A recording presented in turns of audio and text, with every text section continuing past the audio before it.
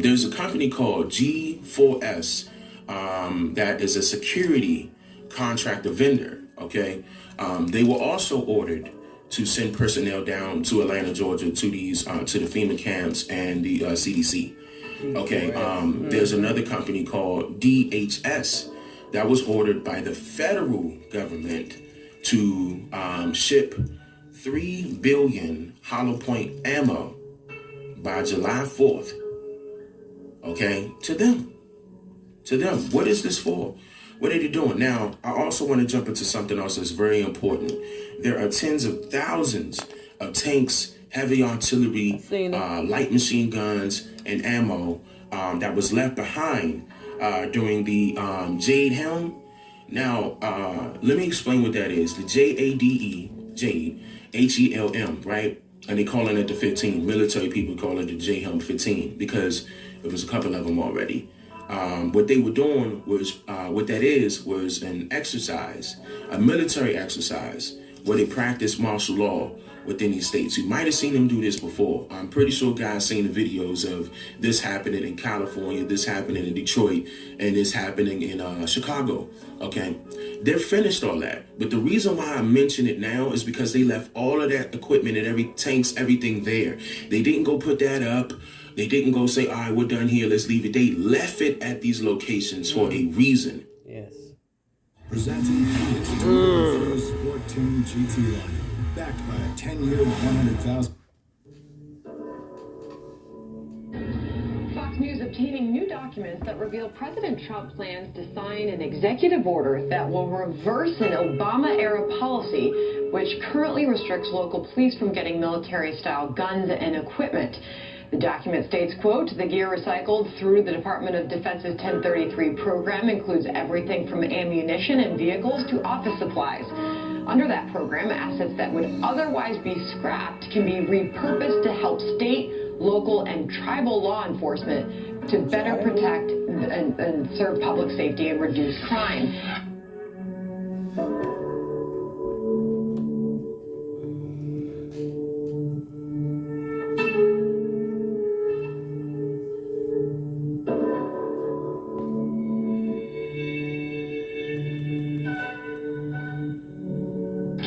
Is an editor for townhall.com and Fox News contributor. Katie, good morning to you. Good to see you, Sandra. So what do you make of this move by President Trump? Well, I think it's important to point out that this program has been around for a very long time before President Obama decided to put a hold on it, essentially. It was implemented in the 1990s as a way for local law enforcement to carry out raids in a safer, more productive way. As we have the Justice Department now going after the opioid crisis and the administration making that a priority, it's not surprising that they would try to re-implement this. But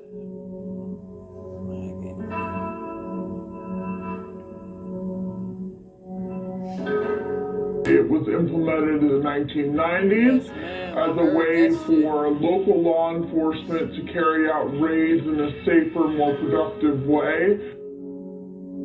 Carry out, perform, raid, protect. As we have the Justice Department now going after the opioid crisis and the administration making that a priority, it's not surprising that they would try to re-implement this. But President Obama's argument for taking it off of the table was that it creates distrust between local communities and local police if they're over-militarized. That's a fine and fair argument to make.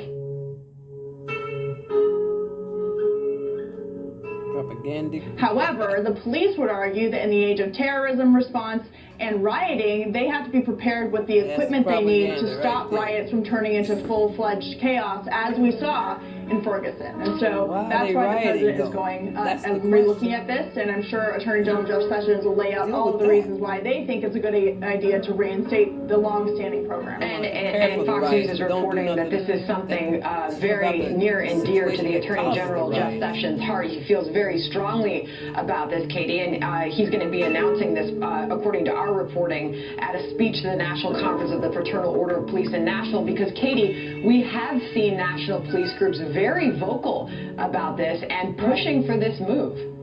Well, we have to keep in mind that the Department of Justice can hand down directives and policies surrounding how these local departments apply for these grants that pay for this military equipment.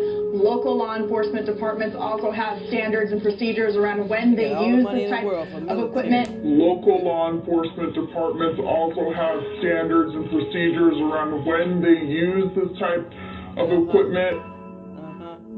What are, yes. July 1st, 2016, that executive order that I shared on my first video. In 2008, that's the one where he ordered 1 million UN troops to come out of here. And in 2014 is the one I'm about to tell you. And 2016, July 1st, 2016 is the executive order telling you what's going to happen. Pre and post preliminary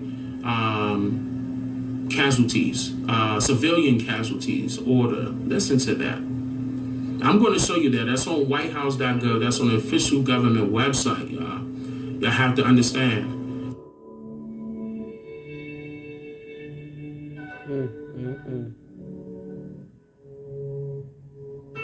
To conduct attacks to reduce the civilian casualties. Right, that's where I'm at, bruh.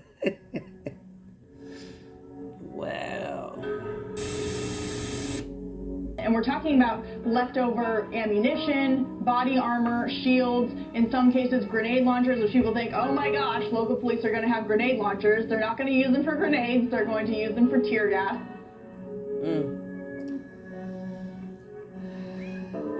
And when you look around the country, and in Charlottesville most recently, there was a lot of criticism of the local police and their response and not being able to get ahead of the rioting that eventually happened there. And not being able to get ahead of the rioting that eventually happened there. And not being able to get ahead of the rioting that eventually happened there. So it is a balance.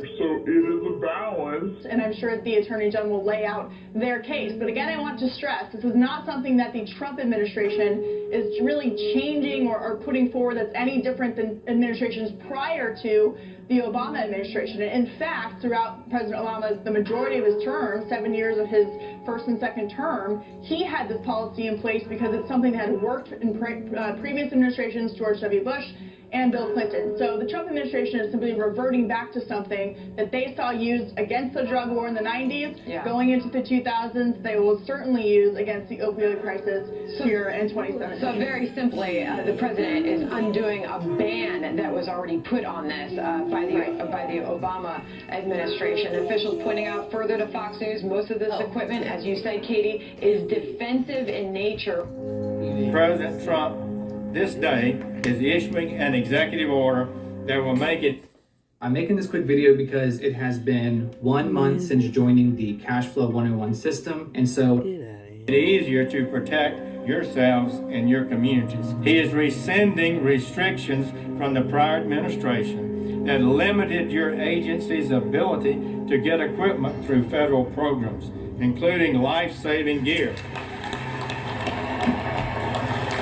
Equipment like helicopters, armed vehicles are vitally important to emergency and disaster response efforts. One sheriff told me earlier this year about how, due to prior administration restrictions, the federal government made his department return an armored vehicle that can change the dynamics in an active shooter situation. I'm gonna ask about their shit.